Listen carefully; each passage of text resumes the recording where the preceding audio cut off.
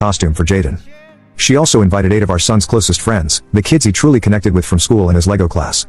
On the morning of his birthday, while Taylor was busy finishing the food, Jaden came to find me in the garage. He stood quietly next to the car, then looked up at me worriedly and asked, "Dad, Aunt Kristen won't do anything to my cake, right?" Hearing that question made my heart ache. I knelt to his level and reassured him. "I already talked to her. Today is your day." I didn't tell Taylor that all week. I had noticed Jaden standing in front of the bathroom mirror, practicing how to blow out his candles. He would take a deep breath, close his eyes, and whisper the special wish he'd been saving for this day. The party started perfectly. All 8 of Jaden's friends arrived by 2 p.m., each one excited by the night castle decorations Taylor had put together. The kids ran around the yard, played treasure hunt, and couldn't stop admiring Jaden's night costume. Laughter filled the air. Everything was going great until Kristen showed up. At 2:45, my sister's red Honda Civic pulled up in front of the house. Kristen stepped out wearing a neon pink crop top, ripped denim shorts, and tall boots. She wanted to be the center of attention, even at a kid's birthday party. When she shut the car door, Kristen raised both arms and shouted, "Is my little man ready for his surprise?" Hearing that, Taylor shot me a warning glance. I understood her immediately and walked quickly toward my sister. I leaned in and whispered to Kristen as I got closer. "Do you remember what I told you?"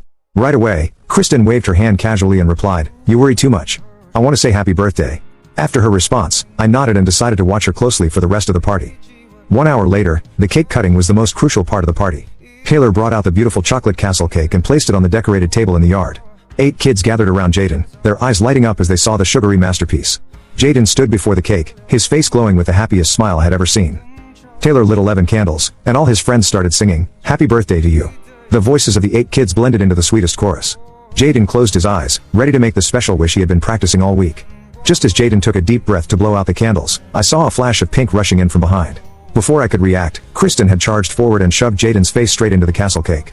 The sound of his face hitting the cake echoed through the air. Chocolate frosting and whipped cream flew everywhere. But worse, one of the candles still burned, touching Jaden's left cheek, leaving a minor burn. The horrific scene froze everyone in place. All 8 of Jaden's friends stood in shock. The 2 youngest, Emma and Tyler, burst into tears out of fear. They had never seen an adult do something so terrifying to another kid. The joyful atmosphere of the party instantly turned into a heavy, stunned silence. Jaden stood frozen like a statue for 5 long seconds. Chocolate frosting dripped from his hair down his face, and cake crumbs clung to his night costume. Then he burst into tears. Immediately, Taylor rushed over and wrapped him in her arms, her voice shaking as she whispered, "It's okay, sweetheart. I'm here." As for me, I stood completely stunned. A few seconds later, I asked Kristen, "What the hell did you just do?" Instead of showing any sign of remorse, Kristen gave a nervous laugh and said, "It was just a joke. I do it to everyone." Hearing that, I stepped closer to my sister and said firmly, "I told you never to do that to my son." As soon as those words left my mouth, my father stood up from his chair and raised his voice, "Don't talk to your sister like that." Meanwhile, my mother quietly turned to Kristen and said, "You should apologize to Jaden."